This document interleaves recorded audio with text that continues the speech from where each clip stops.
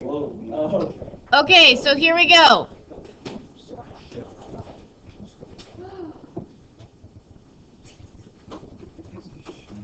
The shell method.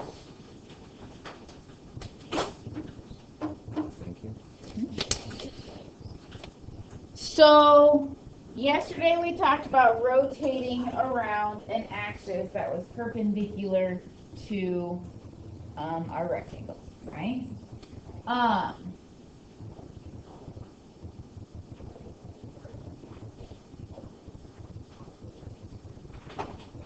One moment, please.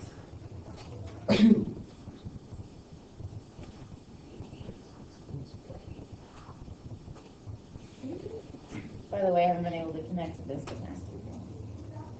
To what? The wireless projector. Just letting you know. It's usually better when you tell us when it is. Well, it's the kind of thing like I can't even get my screen to like let me. It's my computer. It's not that. So we'll chat later. All right. If we rotated.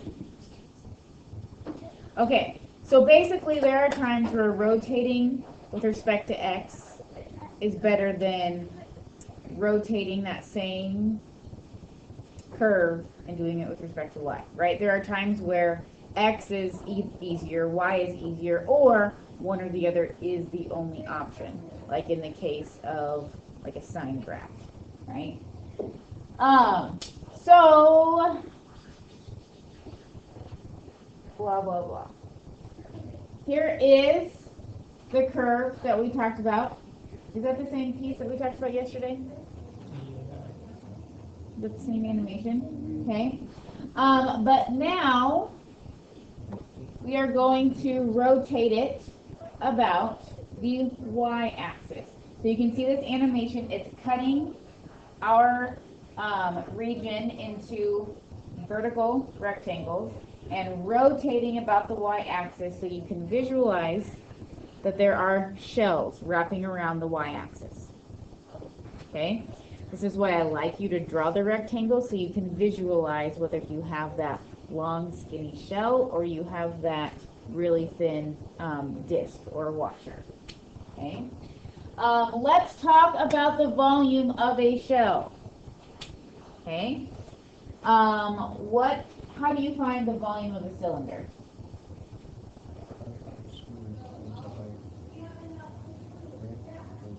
Pi r squared times the height. Okay? But we don't really have a cylinder. Well, I mean, we do have a cylindrical shape, but we're more talking about the rectangle that's wrapping around as like an infinitely thin cylinder, right? So let's imagine instead of doing like here's our cylinder and subtract out the hole, since we know the thickness of this cylinder is infinitely small, let's cut it and lay it down like a piece of paper, right? Hello. Hi, can you turn my energy stuff into here? Yeah. I just have to stable this back out and up in here. Thank you. Okay. Well, here's one way to think of it. So back in calculus, I think when I talk in AB, we talk about cutting it like a piece of paper and laying it out. Okay? If we think about outer shell minus inner shell, like yesterday, pi r squared h minus pi r squared h, right? So same thing here. Well, what can we do with this right here? It's a difference of squares, right? Okay, so we can factor this to r plus r times r minus r, where we're talking about outer radius minus inner radius. Okay, now what do those... You know what? I don't like this at all. I don't really know. This is one way of looking at it, right? Do you see where I did the 2 and 2? Okay. This is not my favorite way though to look at it. Last year, how did we look at, right? We looked at the formula different last year. Do you remember that? Okay, I'm going to draw it out. We'll see if I can get it all. Last year we drew it out like this, right? where what is this length right here of that rectangle if we and lay it out?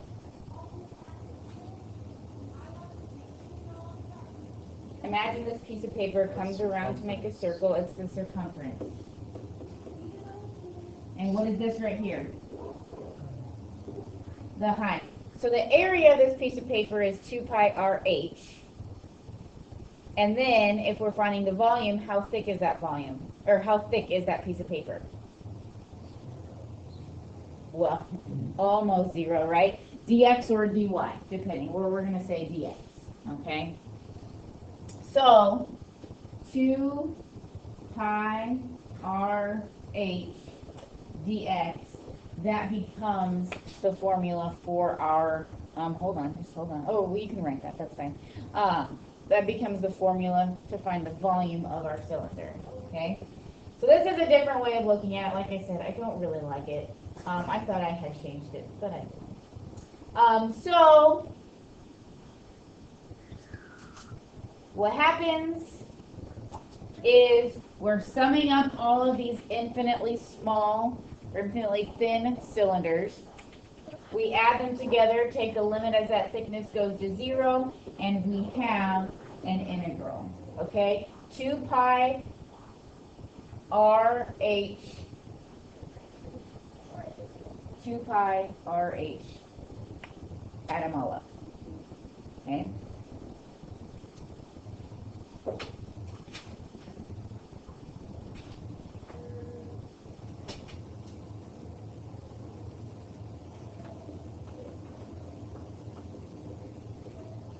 Okay, I'm going to call that the radius because if we're going around an axis that is not the x or y axis, we do have to change how we set up the problem. It's not just x or y in the case of rotating around the x-axis. Okay. But we're still going to stick with the height of our cylinders being top minus bottom, or in the other case, right minus left.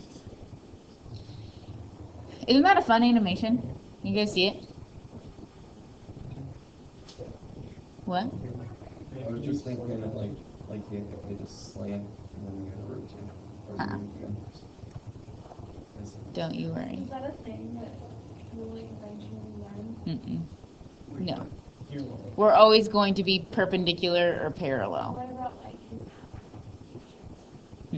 Well, I mean, the possibilities are endless, but that is not something that I ever remember learning in my math career. How is that? Sound good? But just because you just change what the graph looks like, just... Well, I don't really see the need to create a volume that, I don't see the need to have a slant. Does that make sense? Sometimes I like hard stuff. You're right. Sometimes they do. Okay, so let's set this one up. This is the image that we've been looking at through each of these examples. Let's just go ahead and set up. What are you looking at me like that for? I just understand Parashon in particular after a year and a half. Good. Yeah. Good. Yeah. Okay. So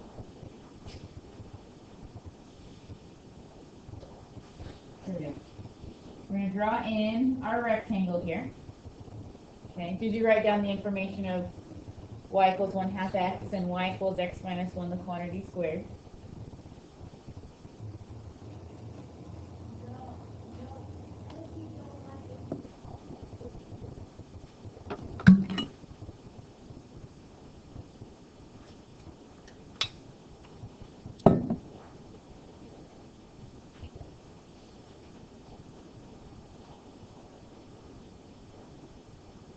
If our axis of rotation is just the y-axis, then the distance from this rectangle to the y-axis is x, which makes that our radius.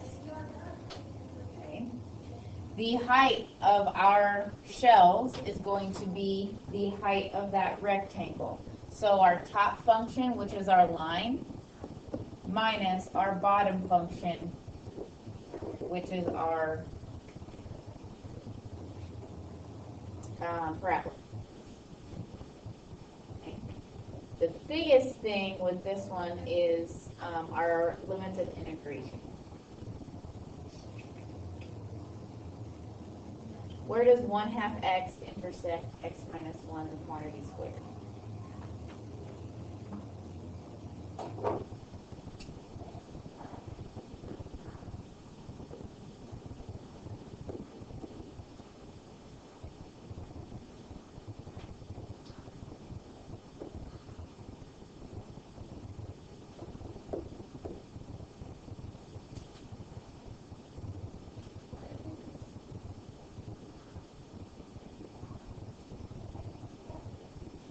My suggestion,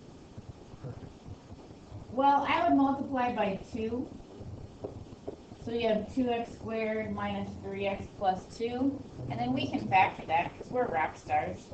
2x times x. Both of them have to be subtraction. Where does the 2 go?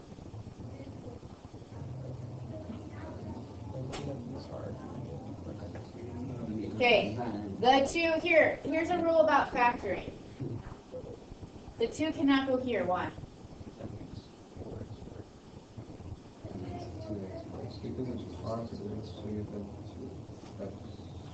Well, they both have to be negative. But you're not going to put a number that has something in common with the other number in the binomial. When you factor, as long as there aren't any GCFs in your trinomial, there will not be GCFs in your binomials.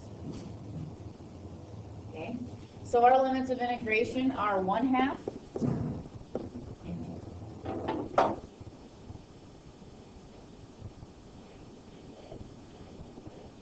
This is one you would want a calculator on to integrate, because the algebra would get kind of messy, right?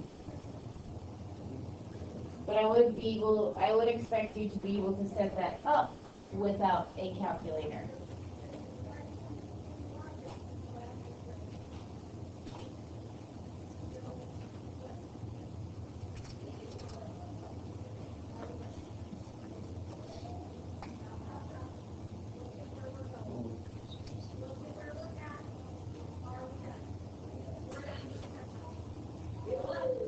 Next example. We have the cubed root of x, the x-axis and x equals 8, bounding our region, and we want to rotate about the x-axis. What? Okay, now, we could draw vertical rectangles with thickness dx. Wow. And use the disk method, right? But since we're talking about the shell method, let's draw horizontal rectangles with thickness dy and rotate those. And I want everyone to stare at that rectangle and imagine it rotating across the y-axis and visualize those shells. I know that seems very silly, but if you can visualize it, it'll give you a little bit more confidence when you're setting these up. What? Why are they called shells? Because it's like a cylindrical shell.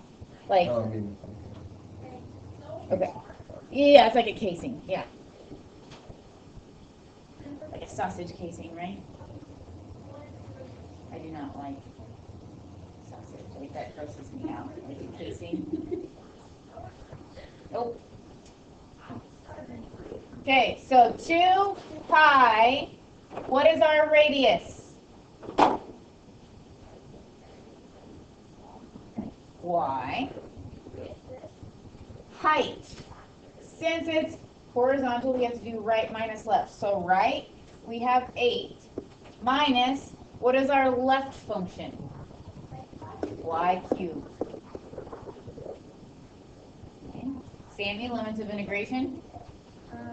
0 to 2. Good. This is one I could give you on the non-calculator portion. to remember doing this statement or something.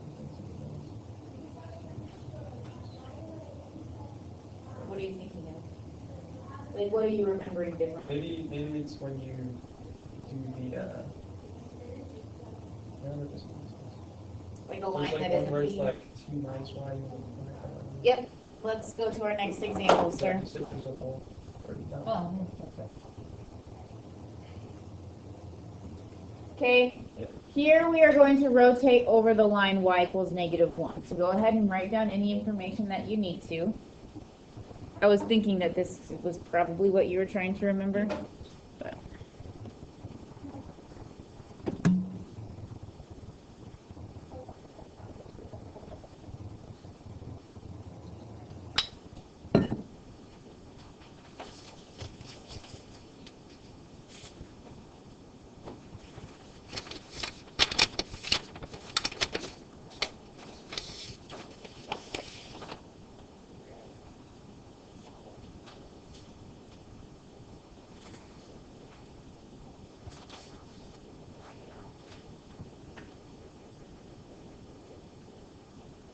Okay, so here's a case where if I gave you this without any direction on the method I wanted you to use, what kind of rectangles would be your best choice?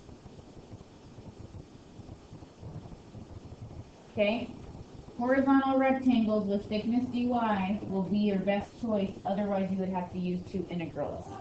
And we've all decided we don't want to do any more work than we have to, right? It's not that we're lazy, we just want to be efficient. Okay? So, that leaves us with the shell method. Shell method, 2 pi r8. All right. Now, our radius, we have to think a little bit about it because it is not the axis of rotation, or it is not the x-axis. Okay? Bear with me here. Over here, our radius was, what? There we go. Over here, our radius was y, because that is the distance from the rectangle to the x-axis. Over here, what is the distance from the rectangle to the axis of rotation? Y plus 1, because the distance from rectangle to x-axis is y, but then we have more space, so y plus 1.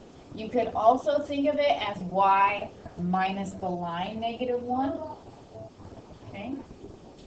And then we have our right function minus our left function.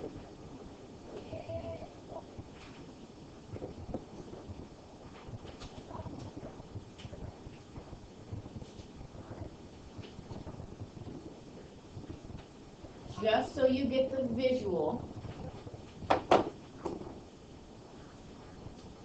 let's talk about the difference in setting this up if we were going about the line y equals 6.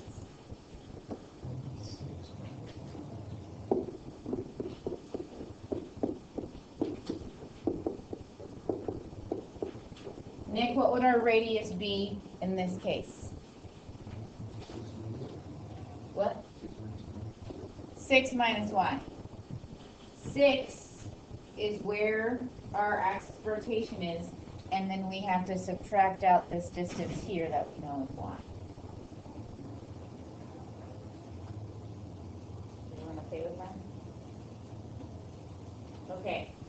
So, in the last 19 minutes of class, I would like you to work on your homework problems, and then I'm going to give you an AP style worksheet to use as review for the quiz on Monday. Alright, so let me take a look here. Okay, let's just do the same thing where there's 1, 2, 3, 4, 5, 6 problems. Pick 2 of them to do by hand. The others you can use the integrating capabilities of your calculator. Alright, and then I will give you the review worksheet. What I care about is the book work. That for sure you need to get done over the weekend.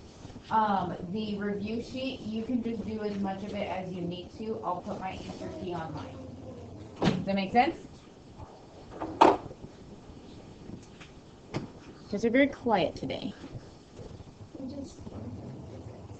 You just came from physics? Why was it